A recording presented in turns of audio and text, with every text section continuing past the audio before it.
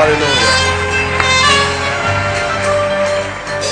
Alléluia. Merci Jésus. Merci Seigneur. Amen.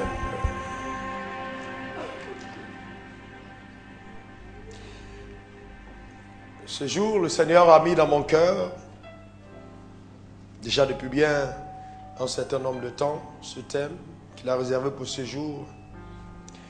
Et après avoir prié, je l'ai intitulé simplement « La santé divine ». Quelqu'un ici, quelqu'un qui m'écoute, va être transporté dans les torrents de sa santé. Ah, mais la santé divine. La santé dans le corps, la santé dans le compte bancaire, la santé dans les relations. Amen, la santé divine. Je dis bien santé, ça sera la santé. Pas de maladie. Parce que si ton compte est en rouge, il est malade. Si tu es endetté, il y a un problème de santé au niveau de tes finances. S'il y a quelque part quelque chose dans ton corps qui ne va pas, tu es malade. Et Dieu t'a réservé la santé. 3 Jean 2. 3 Jean 2. Prenez votre Bible, restez debout. 3 Jean 2. On va le lire ensemble. 3 Jean 2. On y va? Vous y êtes? Ok, là on y va. 3 Jean 2. 1, 2 et 3. Bien-aimé, je souhaite que tu prospères à tous égards, en bonne santé, comptez comme prospère l'état de ton âme. Une deuxième fois, maintenant vous mettez votre Bible de côté et vous essayez donc de le déclarer sans la Bible. 1, 2, 3. Bien-aimé, je souhaite que tu prospères à tous égards et sois en bonne santé comme prospère l'état de ton âme. La troisième fois, nous allons réciter, mais à la place de bien-aimé, tu mets ton nom, et à la place de Dieu, tu mets Dieu souhaite. D'accord? 1, 2, 3. Raoul Wafo, Dieu souhaite que tu prospères à tous égards et sois en bonne santé comme prospère l'état de mon âme. Seigneur, me tenant devant ton trône, je viens, Seigneur, demander la capacité surnaturelle d'annoncer ta parole. Père, je veux te rendre grâce, car tu donnes à chaque personne qui m'écoute, en ce moment, d'avoir accès à la vérité. Merci parce que c'est clairement écrit. Tu connaîtras la vérité et la vérité t'affranchira. Je déclare que cette parole sortira avec toute sa puissance pour rendre libre toutes les personnes qui sont captives par la maladie, les infirmités, au nom puissant de Jésus. Afin que la santé divine s'installe, prenne sa place là où elle devra être, au nom puissant de Jésus, et que quelqu'un dise Amen 3 fois. Amen, Amen, Amen. Tu peux t'asseoir dans sa glorieuse présence. Alléluia. Alors, la santé, c'est un état de bien-être, de bon fonctionnement de notre corps, de notre organisme, un état de bien-être. Donc on dit de quelqu'un qu'il est en bonne santé quand il est en état de bien-être. Et quand son corps se porte bien, et quand son organisme fonctionne bien, alors cette personne est en bonne santé. Cependant, la maladie est un état de dysfonctionnement du corps ou l'altération de notre santé.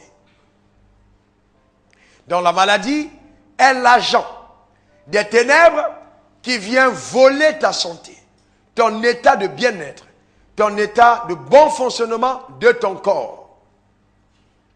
C'est pour ça que Dieu dit, bien-aimé, mon souhait, c'est que tu prospères à tous égards et sois en bonne santé comme prospère l'état de ton âme. D'ailleurs, il y a une corrélation entre la prospérité et la santé. Je ne peux pas dire que je prospère quand je ne suis pas en bonne santé. Dieu veut nous accorder la bonne santé et la prospérité. Mais il dit, bien-aimé, mon souhait c'est que tu prospères à tous égards et sois en bonne santé comme prospère l'état de ton âme. Quelque part, il conditionne mon bien-être physique, mon bien-être matériel, à l'épanouissement de mon âme, à la prospérité de mon homme intérieur. Donc, la santé est une bénédiction et la maladie une malédiction. La santé une bénédiction, la maladie une malédiction. Et donc, c'est important de comprendre que Dieu nous a bénis. La santé fait partie de la bénédiction que Dieu nous accorde. Et la malédiction est simplement une attaque de Satan pour essayer de voler la bénédiction que Dieu nous a donnée. Jean 10, 10, le voleur ne vient que pour dérober, égorger et détruire. Donc, le diable envoie la maladie pour voler ta santé. Mais dis après moi, il est vaincu. Au nom puissant de Jésus. Car nous avons notre médecin spécialiste, pas dans un seul domaine, mais spécialiste dans toutes les causes de la maladie. Alléluia. Amen. Qui s'appelle Jésus. Amen. C'est important que nous comprenions cela. Dieu nous veut en bonne santé. Il nous veut en parfaite santé. De la chevelure de la tête à la plante des pieds, Dieu te veut en bonne santé. Que ton compte bancaire soit en bonne santé. Les relations maritales en bonne santé. Tes rapports avec ton patron en bonne santé. Dieu veut la parfaite santé. Qu'il y ait de la santé.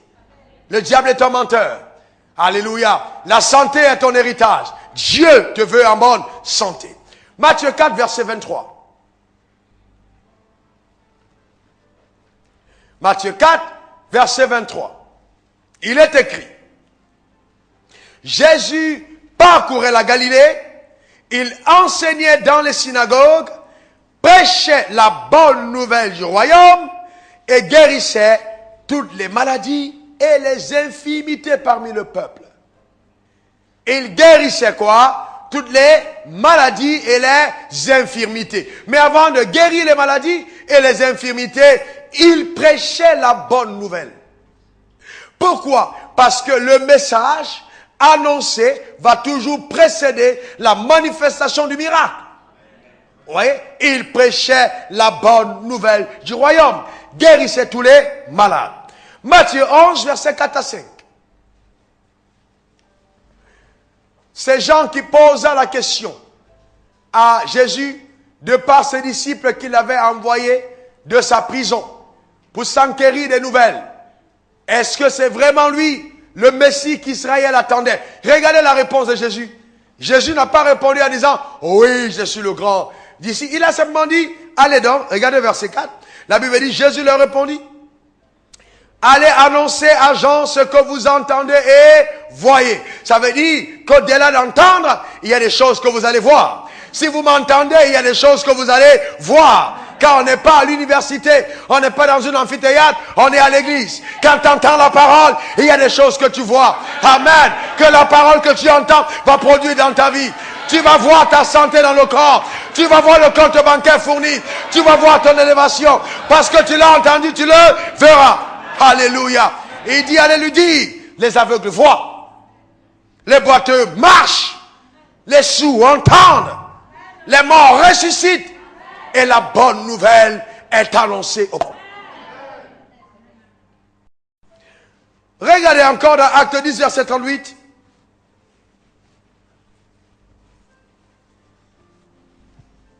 Acte 10, 38.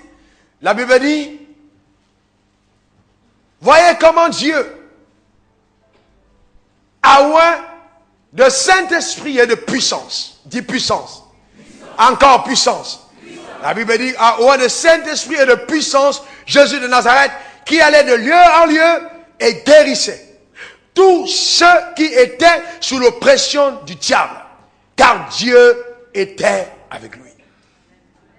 Donc, ici, dans ce texte, la Bible dit, Jésus guérissait tous ceux, pas certains, mais tous ceux, je déclare que tous ceux qui sont sous l'oppression du diable, dans quelque domaine que ce soit, le diable n'a pas d'autre option que de partir maintenant à l'écoute de ma voix au nom de Jésus. Alléluia. Amen. Mais quelqu'un me dira, mais Jésus n'est plus là. Jésus est parti. Pourquoi est-ce qu'il parle comme s'il était Jésus? Hébreux 13, verset 8. Jésus est le même.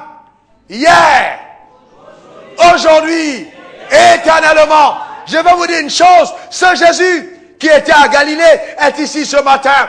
Et les mêmes miracles qu'il a fait à Galilée, il les fera parmi son peuple au nom de Jésus. Matthieu 28, verset 18.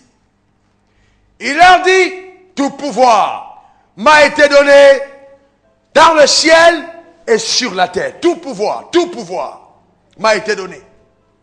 Alléluia. Tout pouvoir m'a été donné.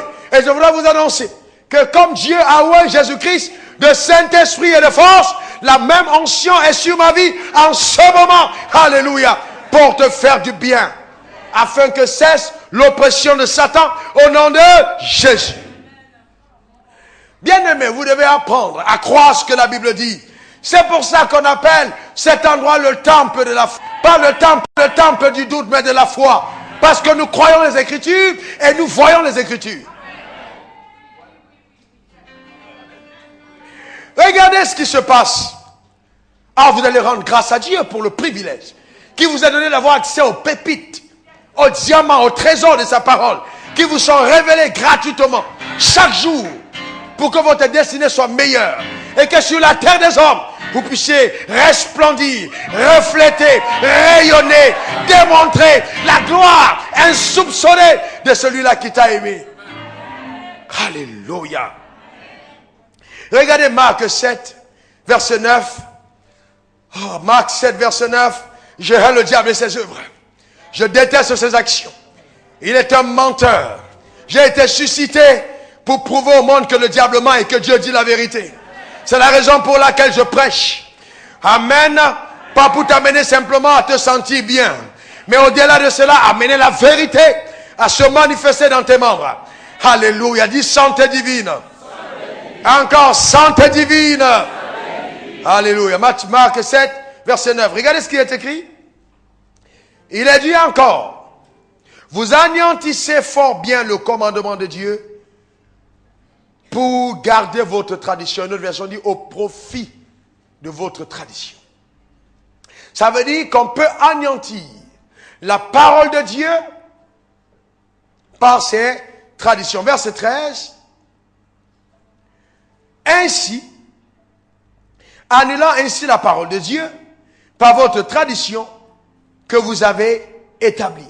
Donc, il y a des traditions que les hommes ont établies qui annulent la parole, qui volent la force de la parole, et donc, par conséquent, la parole devient improductive, pas parce qu'elle n'est pas puissante, mais parce que les hommes ont annulé la parole, la puissance de cette parole, par leur tradition. Bien-aimés, écoutez-moi très bien, il n'y a pas de peuple ou de nation plus forte qu'elle ne l'est la mentalité de ce peuple. Si nous voulons aller au-delà et voir des choses nouvelles, nous devons être forts dans notre système de pensée. La parole de Dieu est extraordinaire. Elle guérit, elle est puissante. Je vous raconte un témoignage. Un évangéliste, très loin par Dieu, comme moi, était allé quelque part pour prêcher la parole de Dieu. Et donc, ayant terminé d'annoncer le message, il a prié pour les malades. Et il y avait une dame qui était paralysée dans la foule qui a reçu sa guérison. Sauf qu'elle sortait d'une église où on ne croyait pas à la guérison divine. Le pasteur, ayant entendu qu'elle était guérie, est allé rendre visite à la dame, qui est allée elle-même ouvert la porte pour le faire entrer. Au lieu d'être content de ce que la dame marchait sur ses deux pieds, il a commencé à rappeler à la dame qu'on ne sait jamais où les gens la prennent leur puissance. On ne sait jamais d'où ça vient. On ne guérit pas aujourd'hui. Oh non, Jésus ne fait plus de miracles. Et la dame a finalement cru en la parole de son pasteur. Au moment de se lever pour dire au revoir, dont la dame est supposée aller accompagner le pasteur à la porte, elle se rend compte qu'elle a perdu son miracle. Elle ne pouvait plus se lever. Qu'est-ce qui s'est passé? Est-ce que Dieu ne l'avait pas guérie? Si, mais elle a annulé le miracle parce qu'elle a cessé de croire que cela ne t'arrive jamais. Amen. Ne laisse pas entrer dans ta maison des voleurs avec des messages contraires à la destinée que Dieu te réserve. Alléluia. Et je me suis rendu compte d'une chose, parce que écoutez-moi bien, la majorité des fois, les gens qui critiquent ce que Dieu est en train de faire, ce sont ceux qui ne sont pas utilisés par l'onction. Quand ça te dépasse, porte le sac de celui que Dieu utilise. Peut-être ça va tomber sur toi. Vous comprenez ce que je suis en train de dire? Si quelque chose n'arrive pas à le faire, côtoie quelqu'un qui fait ça. Ne condamne pas ce que tu ne connais pas. Simplement parce que ça ne marche pas par toi. Vous voyez, il y a donc des faux concepts que les gens ont érigés en doctrine. Et les gens commencent à croire que bon, ça vient de Dieu. Le premier faux concept, ce n'est pas la volonté de Dieu de guérir tous les malades. Qui vous a dit ça? Ce n'est pas la volonté de Dieu de guérir tous les malades. La Bible dit, Jésus allait de lieu en lieu, guérissant tous ceux, pas certains, tous, ceux qui étaient sous l'oppression de Satan. Donc Dieu peut guérir toute maladie. Et tout malade, c'est sa volonté de guérir tous les malades. Vous me comprenez? C'est la volonté de Dieu. Numéro 2. Quand on est enfant de Dieu, la maladie doit faire partie de notre vie. C'est pas vrai. C'est vrai qu'on peut être atteint par la maladie, mais la maladie ne fait pas partie de ma vie. Parce que c'est le plan de Dieu. Non. Je dois refuser son installation dans ma vie. Est-ce que ça va? Ce n'est pas le plan de Dieu pour moi. D'accord? Moi, je dois refuser. C'est ce que Dieu attend de moi.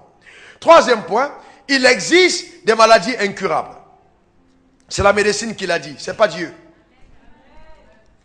Prenez vos Bibles dans Ésaïe 53, regardez quelque chose de fabuleux à l'intérieur. Il existe des maladies incurables. C'est la médecine qui le dit. Ce qui dépasse l'homme ne peut pas dépasser Dieu. Là où nous nous arrêtons, c'est là où la puissance de Dieu commence. Donc regarde dans Ésaïe 53, verset 4. Qu'est-ce qui est écrit? 4 à 5. Cependant, il a porté nos... Sauf si tu n'es pas concerné par le nos. Amen. Il a porté quoi? Nos souffrances. Tout le monde est concerné. Nos souffrances. Il s'est chargé de nos douleurs. Et nous l'avons considéré comme puni, frappé de Dieu et humilié. Mais il était blessé pour nos péchés. Très bien. Brisé pour nos iniquités. Le châtiment qui nous donne la paix est tombé sur lui. Et par ses meurtrissures, fabuleux, par ses meurtrissures, nous sommes... Vous voyez que la Bible n'a pas dit par ses meurtrissures, vous serez guéris. Mais par ces meurtrissures, nous sommes guéris. En quelque sorte, le diagnostic de maladie dans la vie d'un enfant de Dieu est un mensonge. Tu n'as pas compris? J'ai dit que quand on dit que tu es malade, on ment. Tu n'as pas compris ce que je suis en train de dire. Parce que si le diagnostic dit que tu es malade, le médecin ment. Dans le schéma de Dieu, tu es en bonne santé. Parce que par les meurtrissures de Christ, nous sommes guéris. Amen. Il est possible que ton corps ressente une douleur contraire. Mais va devant Dieu et dis, Dieu, voici ce qui est écrit. Par tes meurtrissures, je suis guéri. Est-ce que vous me comprenez? Est-ce que vous me comprenez? Que tout homme soit jugé menteur et que seul Dieu, amen, soit connu pour vrai. Par les meurtrissures de Christ, nous sommes guéris. Gloire à Dieu pour les médecins. Gloire à Dieu. Car c'est par eux quand même que nous avons les béquilles quand la foi ne marche pas pour obtenir certaines santé. Mais je préfère marcher de mes deux pieds que d'avoir les béquilles. Est-ce que vous me comprenez? Est-ce que vous êtes avec moi? Par les meurtrissures de Christ, je suis guéri. Dis, je suis en bonne santé. Je vois certaines maladies déménager de ton corps ce matin. Dis, je suis en bonne santé. Car l'Éternel m'a guéri. Alléluia. Donc il m'a guéri de toute maladie. Et Luc 1 verset 37 dit, rien n'est impossible à Dieu. Rien. Cancer, malaria, VIH, hémorroïdes. Rien n'est impossible. J'ai dit rien. J'ai dit bien rien n'est impossible. Rien n'est impossible. Il dit rien n'est impossible. Quatrième mensonge. Nous pouvons glorifier Dieu en étant patient dans la maladie. Bien-aimé, c'est que tu n'as pas vraiment souffert dans la maladie. Est-ce que vous comprenez? Quand la maladie t'atteint vraiment, je t'assure qu'il y a des moments où tu es plus enclin à dire, Dieu, prends-moi. Moi, j'ai souffert de la maladie. Sérieusement. Je suis né dans la maladie. J'ai grandi malade. Jusqu'à l'âge de 23 ans. On m'a dit que tu as le palu dans le sang. Tu es un homme faible. Un spécimen fragile. Jusqu'à ce que je découvre l'écriture. Et que je commence à me dire que je suis fort. Bien aimé, et votre pasteur ressemble à un homme fragile? Est-ce que je ressemble à un homme fragile? Un homme qui prêche 5 heures de temps par jour, qui dort 3 heures, s'élève le matin, étudie la parole et prêche. Comment ça a été possible? L'évangile. Oh, Jésus-Christ restaure ton corps.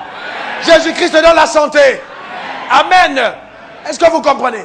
Donc, bien aimé, ça veut dire que tes médecins sont dépassés.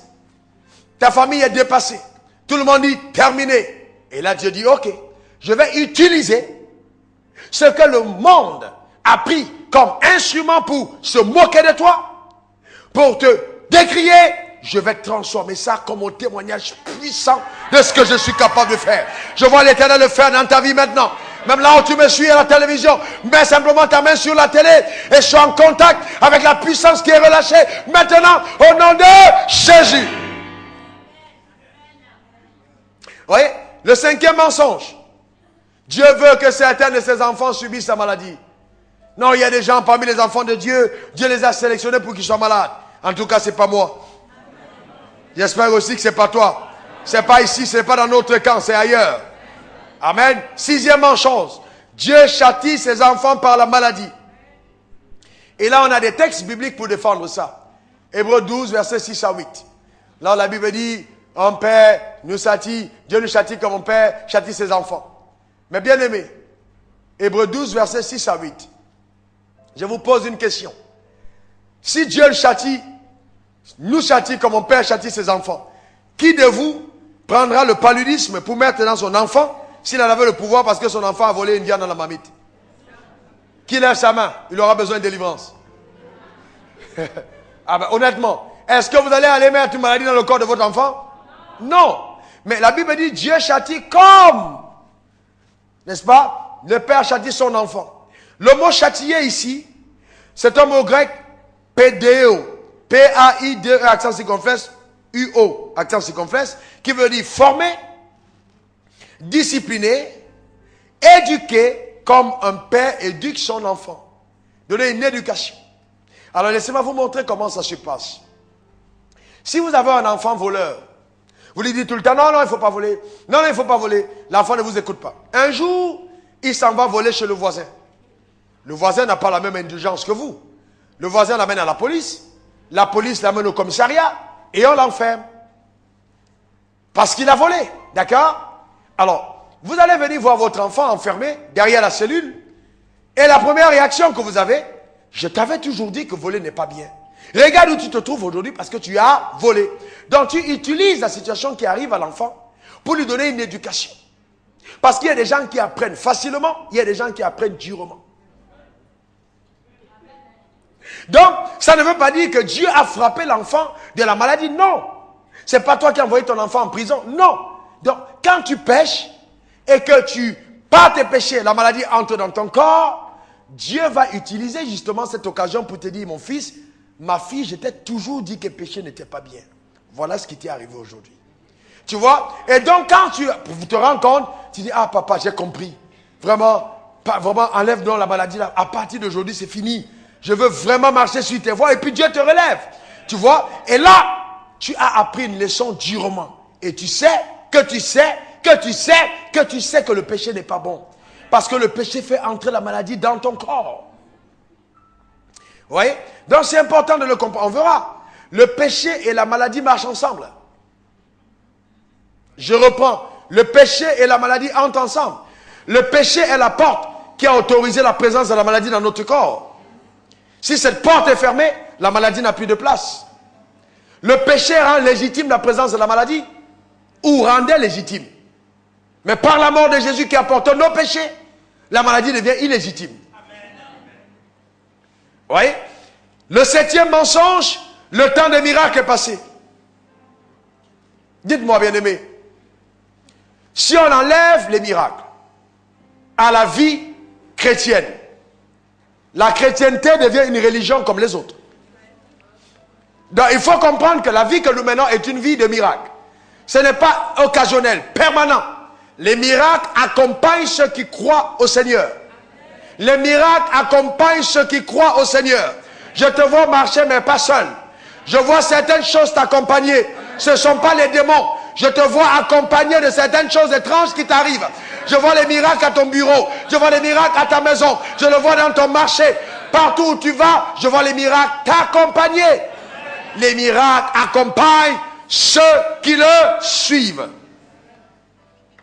La Bible dit, en mon nom vous imposerez les mains aux malades. Et les malades seront guéris. Donc, les miracles accompagnent.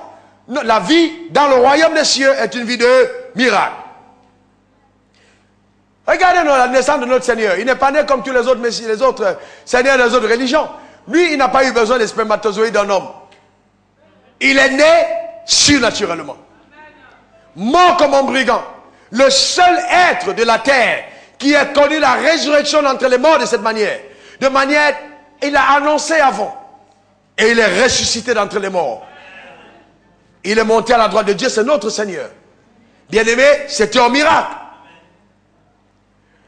Et sa vie sur la terre a été accompagnée de miracles. Nous avons vu, il allait de lieu en lieu, guérissant ceux qui étaient sous l'emprise du diable. Donc tous ceux qui étaient sous l'emprise des ténèbres étaient guéris par la puissance merveilleuse de notre Seigneur. Je vois Dieu te guérir.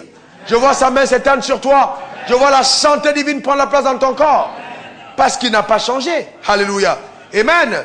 Il est le même hier, aujourd'hui et éternellement. Vous voyez, quand on parle de miracles qui accompagnent ceux qui ont cru, certaines personnes disent, ok, d'accord, c'est bien. Mais moi, je ne suis pas pasteur. Je ne suis pas évangéliste. Je ne suis pas apôtre.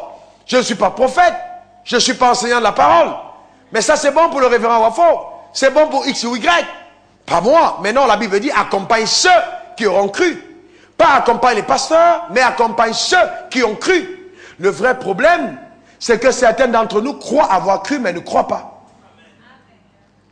Parce que si j'ai cru, les miracles m'accompagnent.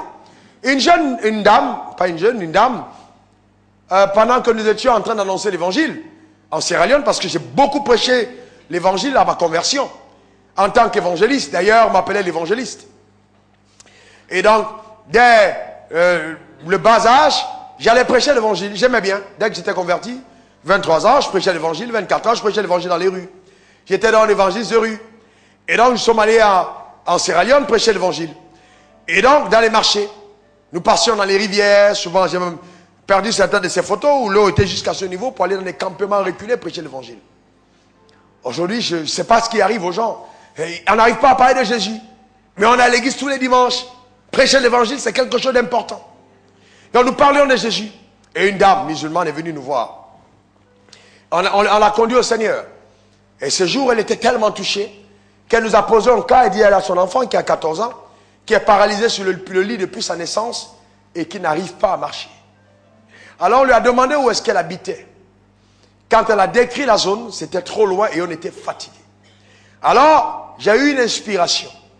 J'ai dit, prenons la Bible dans Marc 16, on a pris la Bible, je lui ai montré le texte, que nous venons de lire tout à l'heure. Voyez, voici les signes qui accompagneront ceux qui auront cru. Ok? À mon nom, ils imposeront les mains aux malades, les malades seront guéris. Je lui ai posé la question, je lui ai dit, madame, est-ce que vous avez cru? Elle m'a dit, j'ai cru. J'ai dit, vous avez cru? Elle m'a dit, j'ai cru. J'ai dit, vous avez cru? Elle m'a dit, j'ai cru. J'ai dit, ok. La Bible dit, voici les miracles qui accompagneront ceux qui auront cru. Ils imposeront les mains aux malades et les malades seront guéris. Est-ce que tu as cru? Elle me dit, j'ai cru. J'ai dit, bon, on va prier pour toi. La même puissance qui est dans nos vies va descendre dans la tienne. Parce que tu as cru en Jésus. Et on ne va pas aller prier pour ton enfant. Tu vas toi-même, comme tu as la même puissance, aller imposer les mains sur ton enfant pour que ton enfant malade soit guéri. La dame a cru. Le vrai problème, c'est que je me suis rendu compte, souvent les personnes qui sont nouvellement converties ont plus de foi que les anciens. Parce que les anciens raisonnent beaucoup. Vous voyez, oh nous on est là depuis 16 ans. Quand même, on sait comment ça marche. Vous voyez, pour que le miracle soit fait, il faut jeûner 7 jours. D'ailleurs, il y a ci, il y a ça, on commence à trop réfléchir. Mais la nouvelle convertie est comme un enfant. Quand vous voyez un enfant, vous dites à l'enfant, si l'enfant vous pose une question. Maman, la première fois qu'elle voit le citron, d'où vient le citron? Et vous lui dites, il y a un gros dragon. Chaque soir, les soirs, il passe. Quand les gens dorment et puis vomit les citrons, ça tombe sur la cour. Et on ramasse. L'enfant va croire ce que tu as dit. Parce que l'enfant n'imagine pas que toi qui es ton père, tu mens. Bien qu'il y ait des parents qui mentent tellement qu'ils mentent même à leurs enfants. Mais l'enfant ne te voit pas comme un menteur. Il croit ce que tu as dit, n'est-ce pas? La preuve, vous voyez, moi j'étais chez mes parents et on disait non, Papa Noël avait venu la nuit et puis il dépose des jouets sur le lit. Mais j'étais très éveillé très tôt, j'ai dit mais cette histoire me paraît un peu bizarre. Donc ce que j'ai fait dans cette nuit-là, j'ai dit je ne vais pas dormir pour voir comment Papa Noël va venir. Donc j'ai laissé le matelas, j'ai laissé un œil. J'ai vu comment mon père en train de soulever les trucs qu'il mettait sur l'oreiller. Ah, je l'ai fait comme si je n'avais pas vu. Le lendemain matin, j'ai vu mon jouet, j'ai dit je ne veux pas le jouet que Papa Noël m'a donné. Mon père dit mais c'est Papa Noël qui a fait le choix. J'ai dit mais quand Papa Noël est entré dans la chambre, j'ai vu ton corps. Donc là, c'est pas Papa Noël. Vous voyez? Mais vous voyez donc, il y a des mensonges qu'on fait, les anciens, les enfants les gobent jusqu'à un certain niveau. Mais Dieu dit, crois à ma parole. Si vous avez la foi comme un grain de sénévé, vous direz à cette montagne, ôte-toi de là et jette-toi dans la mer. Cette montagne vous obéirait. Pas obéir à Dieu, mais va t'obéir à toi. À cause de la foi que tu auras eue. La femme est partie avec cette foi dans son cœur. Et on lui a donné rendez-vous le soir à la croisade publique qui était organisée dans la ville où nous étions les orateurs. Et le soir donc, quand elle est venue à la croisade, nous avons vu cette même dame qui tenait un gosse frêle entre ses mains, mais sur ses deux pieds. Et la femme est venue, toute joyeuse, et voulait témoigner. On lui a demandé, quel est ton témoignage? Elle dit, vous étiez au marché à midi. J'ai dit, oui, je te reconnais. Elle dit, je vous ai dit que mon enfant était paralysé. J'ai dit, oui, je me rappelle de l'histoire. Et on dit, bon, mais où est donc cet enfant? Elle dit, mais le voilà entre mes mains. L'enfant n'était pas porté par un lit. L'enfant était en train de marcher sur ses deux pas. Il avait été guéri par la puissance de Dieu. Écoute-moi bien, je déclare sur ta vie quelque chose qui a été paralysé, quelque chose qui est resté couché sur un lit pendant longtemps, quelque chose le diagnostic qui a été donné et dont tu as vu l'effet. J'annonce maintenant que la situation change, car Dieu te relève puissamment au nom de Jésus. La santé divine s'installe par sa puissance au nom de Jésus. Amen. On dit je reçois ce miracle. Alléluia. Parce que le temps des miracles n'est pas passé. Et il y a un huitième mensonge. Il y a certaines personnes qui pensent qu'il leur faut une révélation spéciale pour être guéri. Tu n'as pas besoin d'une révélation spéciale. La Bible est déjà la spéciale révélation. Tu n'as pas besoin d'attendre une révélation particulière pour croire que Dieu peut te guérir. Crois en sa parole. Et la santé divine sera ton partage. La semaine prochaine, je vais vous montrer pourquoi, à certains moments, le diagnostic semble n'avoir pas changé. Mais ce n'est pas parce qu'il n'a pas changé que tu n'es pas guéri. D'accord? Donc, Dieu est un bon Dieu. Genèse 1, verset 31, la Bible dit que Dieu créa l'homme, n'est-ce pas? En Genèse 26, à son image, selon sa ressemblance. Genèse 31, la Bible dit que Dieu vit ce qu'il avait fait, et cela était très bon. Donc, dites-moi, vous pensez que Dieu peut créer ce qui est mauvais et trouver que c'est bon? S'il a dit que c'était très bon, c'est que c'était bon. Donc, quand Dieu t'a créé, il n'y avait pas de maladie. Il n'a jamais pensé un seul moment que la maladie devait faire partie de ton corps. Jamais. Il vit tout ce qu'il avait fait et c'était très bon. Vous voyez, cependant, bien que Dieu a dit que cela était très bon, il a vu que c'était bon, la Bible dit que le diable a séduit Adam et Ève, non, que dis-je, Ève et Adam. Donc, ont été séduits par le diable. D'accord? Et ils ont péché, respectivement. C'est après ce péché, suivez-moi bien, quand vous lisez Romains 5, verset 17, Romains 5, verset 17, que c'est pas un seul homme que le péché est entré dans le monde, et par le péché, la malédiction. D'accord? Donc, c'est le péché qui a fait venir la malédiction dans le monde. Et la maladie est une malédiction. Donc, c'est par le péché que la maladie est entrée dans le monde. Vous me comprenez? Donc, si l'homme n'avait pas péché, est-ce qu'il y aurait eu des maladies? Bon, qui dit oui? Est-ce qu'il y aurait eu des maladies? Non. Mais Donc, vous êtes d'accord avec moi que le péché est la porte d'entrée de la maladie? Très bien. Dites-moi, et Jésus est mort pourquoi? Il est mort pour nos péchés. Très bien, il est mort pour nos péchés. Quel est le texte? Ésaïe 53, versets 4 à 5. Il est mort pour mes péchés. Donc si Dieu a pris mes péchés, attendez, où est la maladie? Il a laissé là où il est parti avec. Très bien. Donc s'il a ôté les péchés, la maladie a encore sa place? Non. Il ne peut pas avoir ôté les péchés et laisser la maladie. Parce que la maladie est venue par le péché. On est d'accord, n'est-ce pas? La maladie est venue par le péché. Regardez, vous voyez, le péché défigure ton esprit et ton âme. Quelle que soit la beauté physique que vous avez, homme comme femme, quand vous péchez, vous êtes vilain. Je vous dis sérieusement. Vous avez déjà vu une belle femme qui ment? L'effet que ça vous fait, vous voyez une belle femme qui vient là avec ses talons et tout, et après elle ment. Vous vous dites, mais... Ouais, parce que le péché est terrible. Ça te ruine l'homme intérieur. Vous voyez, non? Tu es bien belle, mais il y a quelque chose. On a volé ta beauté intérieure. Le péché te vole, te diminue, te ruine, te dévalorise. Amen. Il faut quitter dans ça. D'accord? Je te dis sérieusement. Le péché te dévalorise. Le péché n'est pas bien. Vous voyez?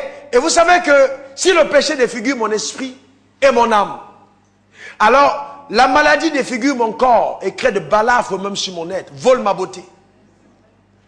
Quand on est malade, la maladie joue sur le corps physique. Comme le péché ruine l'âme, la maladie ruine le corps.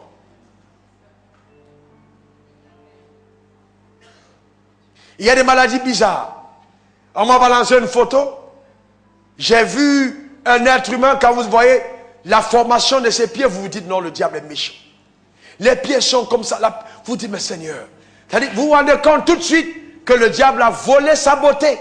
Mais rien n'est impossible à Dieu. Vous voyez, le diable vole notre beauté corporelle et notre bien-être par la maladie. La maladie est aussi un moyen d'oppression de Satan. Donc la maladie est un moyen d'oppression. Le diable t'oppresse par la maladie. Il te maintient sous sa domination par la maladie. Et ensuite, la maladie est l'antichambre de la mort. Ça veut dire que la maladie est le moyen par lequel le diable amène des personnes à la mort. C'est pour ça que généralement les gens tombent malades et après ils meurent. Ou on dit, bon, tu es malade, tu es condamné à mourir. Bien-aimé, je vais vous dire une chose, Dieu peut te rappeler à lui sans que tu ne sois malade. Donc il ne faut pas accepter que d'une manière ou d'une autre, il faut qu'on soit malade pour mourir. La mort est un voyage qui nous donne de quitter la terre pour aller au ciel. Bien-aimé, qui aime voyager étant malade? Personne. Vous voulez quitter pour aller en France, vous pouvez aller étant en bonne santé. Qui vous a dit qu'il faut être malade pour mourir? En ce qui me concerne, je ne mourrai pas dans la maladie. J'ai fait le choix. Vous pouvez venir dire à vos enfants, écoutez, j'ai prêché l'évangile.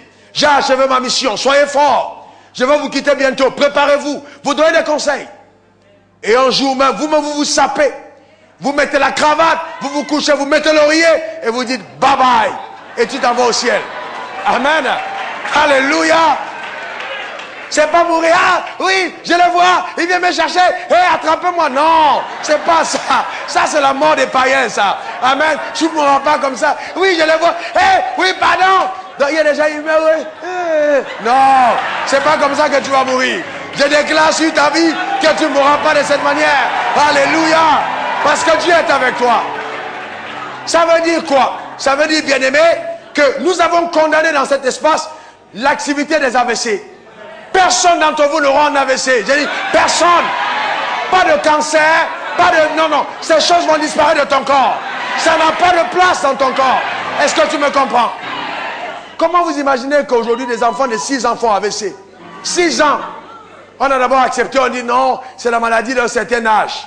Après, c'est entré. Les gens ont dit non, c'est normal. Après, maintenant, 6 ans. Une dame, 6 ans, l'enfant a fait l'AVC. J'ai dit non, le diable. C'est un menteur. Mais je ne sais pas en ce qui te concerne. Mais je vais te dire une chose. Quand je parle, je sais de quoi je parle. Quand la guerre a commencé dans ce pays, j'ai dit la même chose. J'ai dit personne ne va mourir. Et personne n'est mort. J'ai dit encore pas de AVC. Je prends le décret, pas de AVC. Personne. Pas de AVC. Quelles sont ces histoires où le diable vole ta vie à la fleur de l'âge? Comment est-ce que c'est pas pour ça que Dieu t'a créé? Tu ne mourras pas avant ton heure. Tu ne mourras pas avant ton heure. Tu as eu 2 seins, on ne va pas couper un. J'ai dit on ne va pas couper un.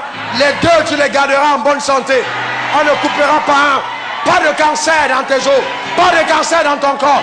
Pas de cancer sur ton être. J'annonce cela sur ta vie par la puissance de Dieu. Au nom de Jésus. Amen. Au nom de Jésus. Écoute-moi bien, ton corps n'a pas de choix. Ton corps n'a pas de choix. La santé est ton partage. La santé est ton partage. Je l'appelle dans tes membres au nom de Jésus.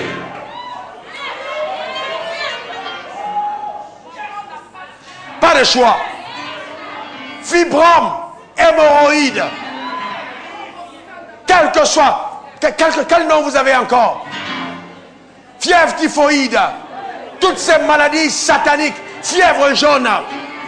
J'annule diabète. Amen. J'ordonne. Ok? J'ai dit non, c'est terminé maintenant. J'ai dit c'est terminé.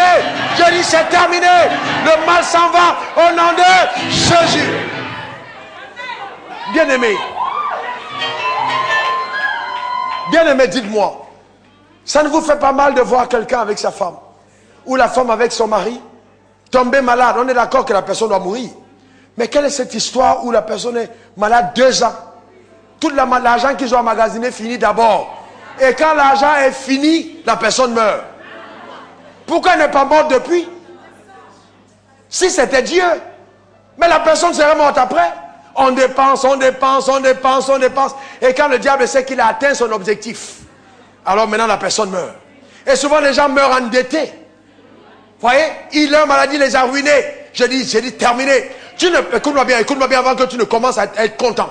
Tu ne peux pas venir à l'église, déposer ton offrande devant le panier, adorer le Dieu de nos pères, lever tes mains dans sa présence, et puis tu termines comme ça. C'est impossible. Ça ne peut pas être ta fin. Ça ne peut pas arriver chez toi. Amen. L'Éternel que tu sers est fidèle. Amen. Dis je reçois la santé. Encore je reçois la santé. Nous avons un grand Dieu. Est-ce que vous me comprenez? Nous avons un grand Dieu. Dis je sers un grand Dieu. Bien aimé, je comprends les batailles que certains d'entre vous traversent. Mais nous tous, nous passons par là. On passe par là. On s'arrête par là. On passe par là. Quand je me suis converti, 6 mois après, 4 mois après, ça a duré longtemps, 3 ou 4 mois après, mon père est tombé malade. On l'a amené à l'hôpital, on a décelé un cancer des os, j'avais 6 mois de conversion.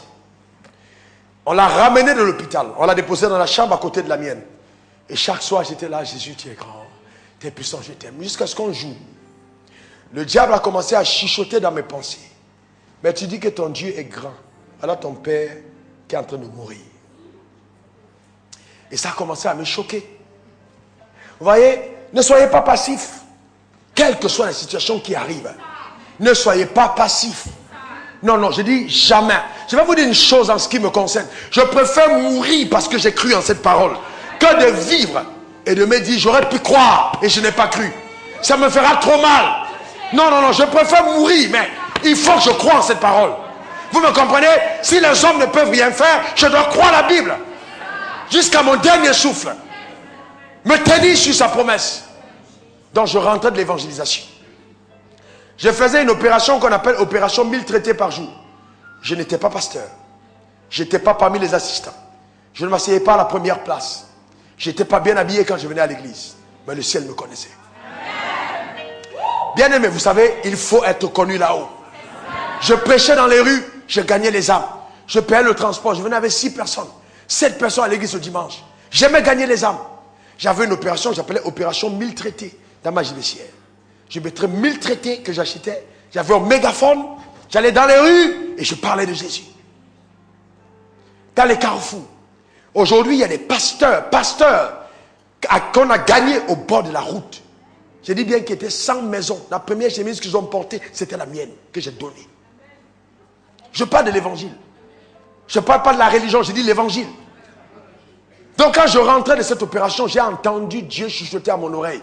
Il m'a dit, ce n'est pas moi qui en veux à la vie de ton père. C'est Satan. Mais ce qui est bizarre, c'est qu'il dit c'est Satan, mais j'aurais attendu que Dieu fasse quelque chose. Mais vous savez, il y a des situations où le ciel n'interviendra pas si tu ne fais rien toi-même. Parce qu'il dit dans Jean 19 au verset 30, tout est accompli. Je vous ai donné le pouvoir. Il dit, je vous ai donné le pouvoir. Donc il n'a plus le pouvoir, c'est nous qui l'avons. C'est nous qui possédons ce pouvoir. Je suis rentré dans la chambre. Et j'ai ouvert la porte. Mon père était président d'une dénomination. Voyez, et il se croyait aller au ciel. Je disais toujours, papa, il faut que tu acceptes Jésus. Il dit, mais toi, tu es hier là. Tu viens de connaître l'évangile. Moi, j'étais mis au monde. Avant même que tu nais, je priais déjà. Donc vous savez, quand le démon de la religion s'est installé dans la tête des gens et dans leur cœur, si vous ne priez pas sérieusement, ils vont en enfer. Et donc je suis parti le lendemain. Suivez le témoignage. Quand je suis revenu de l'évangélisation, j'ai trouvé des gens entassés devant le portail à distance. La première pensée que j'ai eue, c'est « Ah, mon père est mort. » Mais plus j'approchais, je commençais à marcher très vite et même à courir. J'ai vu que les gens n'étaient pas tristes, mais les gens avaient l'air étonnés. Donc j'ai franchi le portail en poussant les gens, parce que tout le quartier s'était amassé. Et j'ai vu mon père qui discourait sur le perron de la maison. Il était rajeuni. De moins, c'est-à-dire au moins 17, c'est-à-dire que quand on le voyait, comme si c'est quelqu'un qui vient de faire une cure vraiment de rajeunissement. Et j'ai regardé mon père.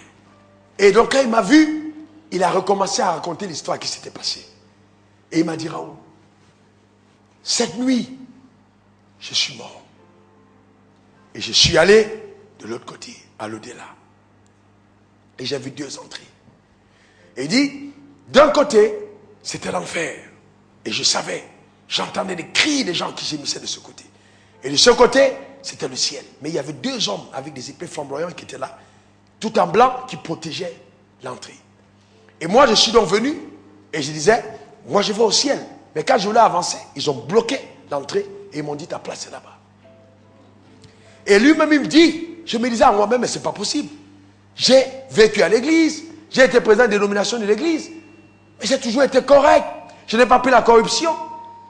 Mais il avait oublié une chose, il n'avait pas accepté Jésus.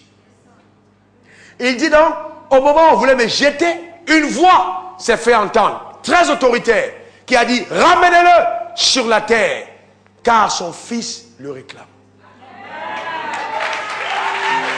Écoutez-moi bien, quel est le fils qui le réclame? C'était moi.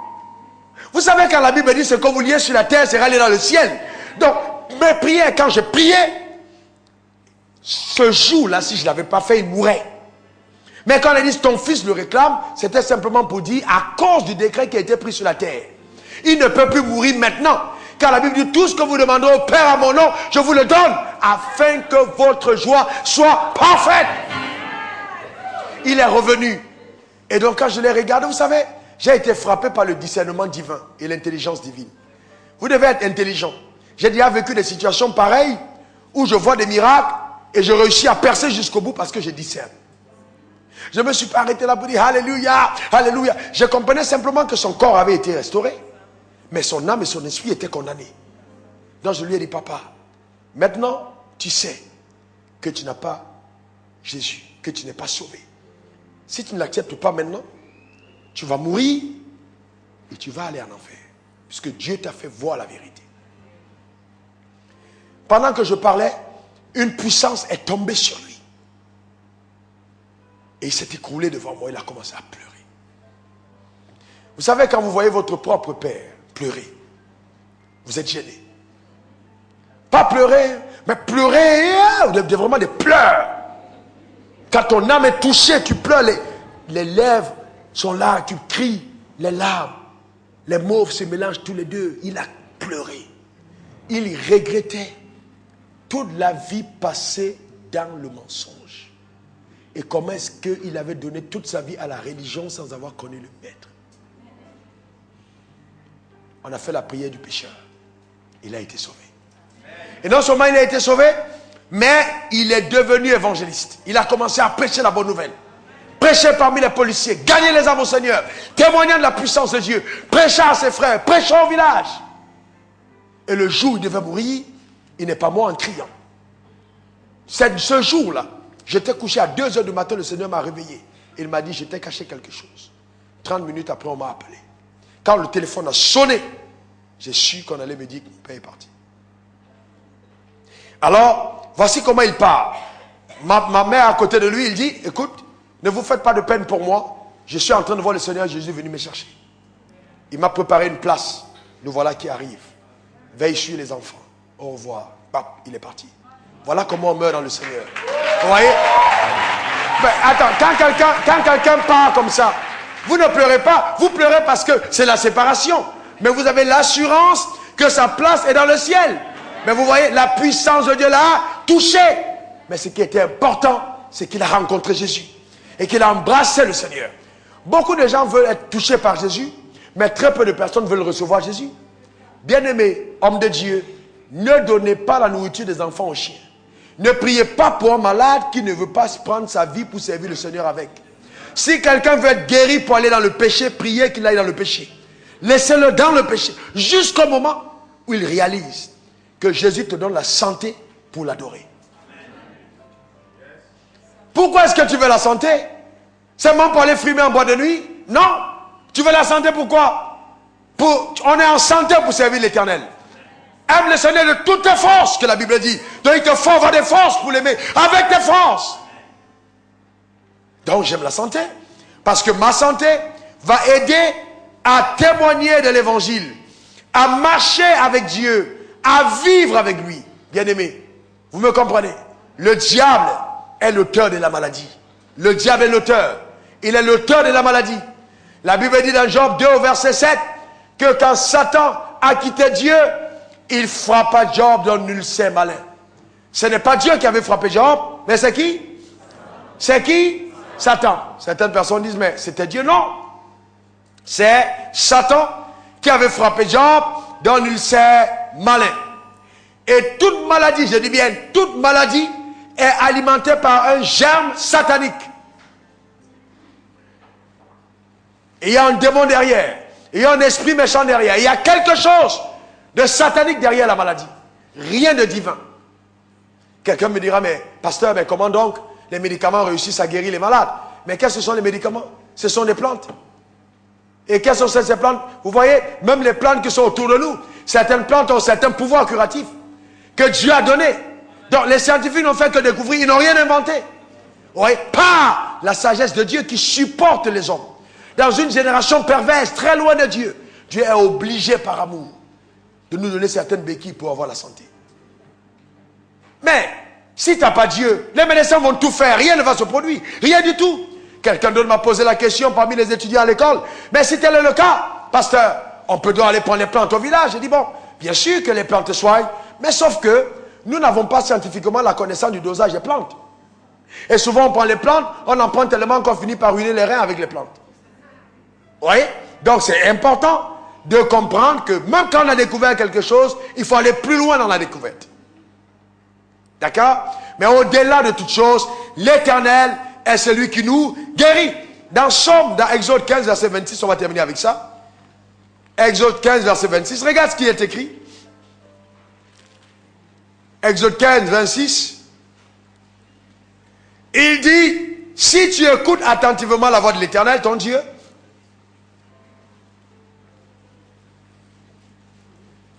n'est-ce pas?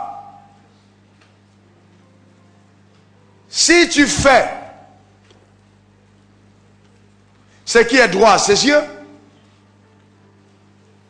si tu prêtes l'oreille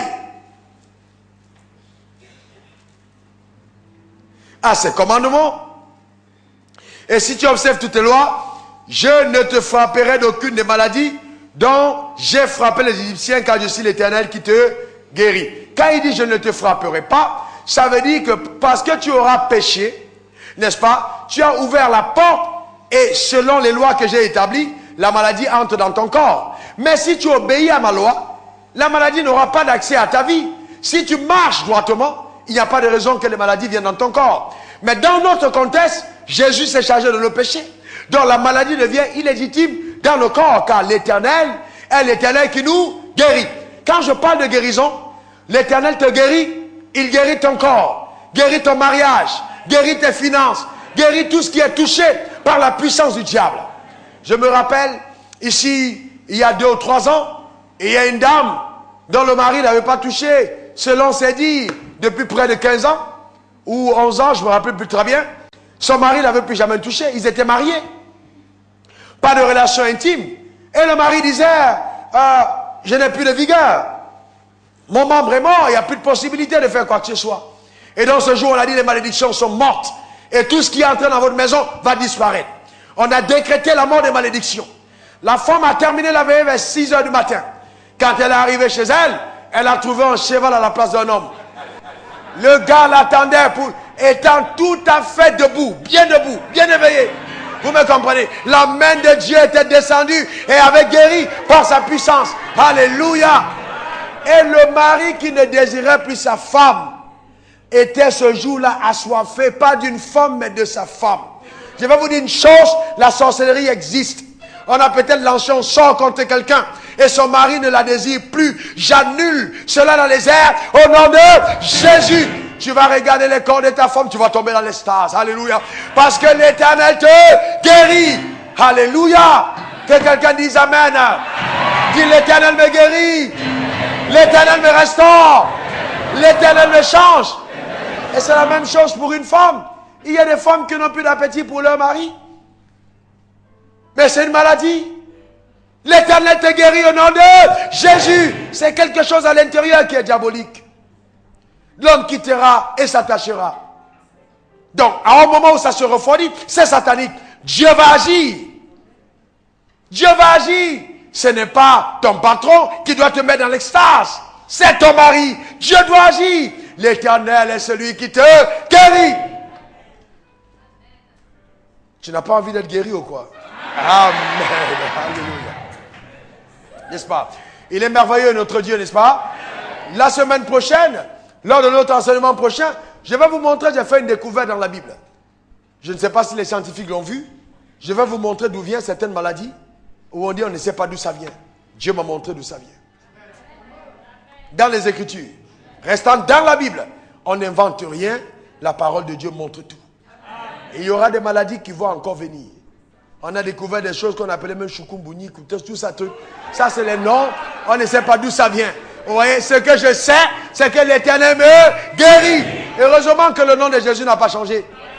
Amen. Et que les noms des maladies peuvent changer, mais le nom de Jésus reste le même. Il nous a donné le nom au-dessus de tous les autres.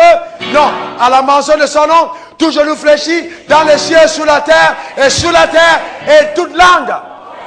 Toute langue, le sida, le cancer, l'hémorroïde, la pauvreté, la malaria, la dysenterie, la fièvre typhoïde, toute langue, je déclare sur ta vie, s'il y a un mal qui atteint ton corps, il confessera que Jésus-Christ est Seigneur à la gloire de Dieu le Père, au nom de Jésus. Yes! Yeah.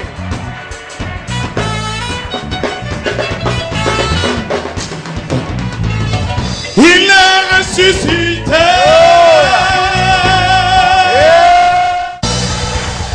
Alléluia. Il y aura passation de service tout à l'heure. Lève ta main droite. Le corps, la maladie qui est venue servir, le diable dans ton corps va partir et va céder la place à la santé qui vient servir les intérêts de Dieu. La passation de service opère maintenant. Lève ta main droite et répète après moi, Éternel Dieu Tout-Puissant, je crois de tout mon cœur que par les meurtrissures de Jésus, je suis guéri. Je reçois la santé divine qui vient de mon Père et qui agit dans mes membres par la puissance de Dieu au nom de Jésus. Je déclare, je suis en bonne santé. Ma maison est en bonne santé. Mes enfants sont en bonne santé. Ma famille est en bonne santé. Tout ce qui est à moi est en bonne santé au nom de Jésus. Éternel, je crois en ta puissance qui s'étend sur ma vie, qui restaure mes membres par ton pouvoir Au nom de la chevelure de la tête à la plante des pieds, je reçois la santé divine. Au nom de,